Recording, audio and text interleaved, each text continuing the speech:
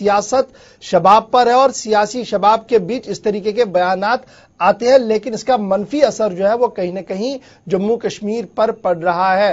Farmer interlocutor MM Ansari हमारे साथ बात कर रहे थे। अब जरा फटाफट से पीपल्स डेमोक्रेटिक पार्टी का भी व्यू पॉइंट लेते हैं। हमारे साथ मारूफ तज्जिया निगार, कलमकार और PDP के लीडर जफर मनहास साहब भी ज्वाइन कर चुके हैं। जफर साहब, बहुत बहुत शुक्रिया हमारे साथ ज्वाइन करने के लिए। आप अंसारी साहब को सुन रहे थे कि किस तरीके के मौक़िफ़ उनका है और क्या बात उन्होंने रखी है, लेकिन PDP किस तरीके से इन 3 पॉइंट्स को देखती है जो अरुण जेटली साहब ने सामने रखे हैं मसले कश्मीर को हल करने के हवाले से? देखिए, मैं आपसे पहले भी आपके चैनल पे ये बात कह चुका हूं, आज फिर दोहरा रहा। जो कुछ अंसारी साहब ने कहा उससे मुझे इत्तेफाक है, लेकिन ये सारी किताबी बातें, ये किताब, ये कॉन्स्टिट्यूशन, ये सब वहां चलता है जहां इसका एहतराम।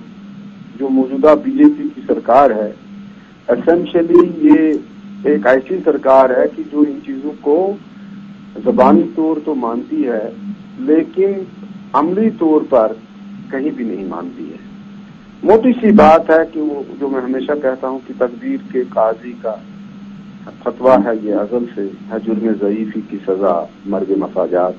जेटली साहब के बयान को पढ़ लीजिए, उससे पहले प्राइम मिनिस्टर का कठुआ की स्पीच देख लीजिए, उससे पहले अमित शाह का बयान देख लीजिए।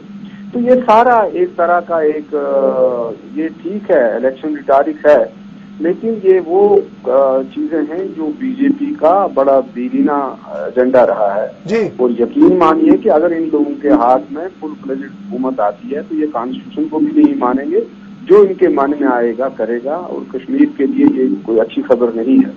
दूसरी बात मैं ये आपसे कहूँ कि जेटली साहब का बयान जो है, ये कश्मीर को जो वायलेंस यहाँ पहले ही मौजूद है, जो खून खराबा यहाँ पहले ही मौजूद है, उसको बढ़ावा देना चाहते हैं। क्योंकि ये याद रखना चाहिए कि ऑपरेशन और वायलेंस दो जुड़वा भाई हैं। जहाँ ऑपरेशन होगा वहाँ वायलेंस जरूर होगा, वहाँ वायलेंस होना है, चाहे उसका वायलेंस का कितना ही मनफी असर वायलेंस वाले पे पड़े।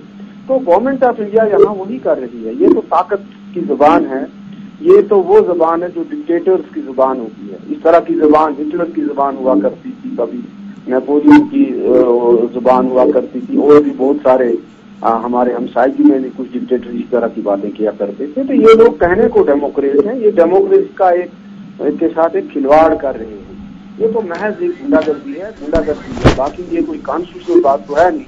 जेटली साहब बहुत पढ़े लिखे आदमी हैं, लेकिन जेटली साहब जिस जमात से ताल्लुक रखते हैं उनका उन पर असर है। वो मसल पावर की बोली बोल रहे हैं, वो हिस्टोरिकल ब्लेंडर्स की बात करते हैं। तो उनको अगर वो वाकई जानकार है तो हिस्टोरिकल ब्लेंडर उनकी 53 में हुई थी, उस पर माफी मांगे। खुद वो कह चुके हैं पार्लियामेंट में, हमने जो गलतियां की थी, वो खालिक बेट जो लोग हम चुनते थे, डेमोक्रेसी का कत्ल करते थे, उस पर माफी मांगे। ये लोग तो अब वो मेरे ख्याल से उस जगह पहुंच चुके हैं कि समझ नहीं आती कि आने वाले दिनों में कश्मीर की क्या हालत होगी, जम्मू कश्मीर में क्या होने जा रहा है।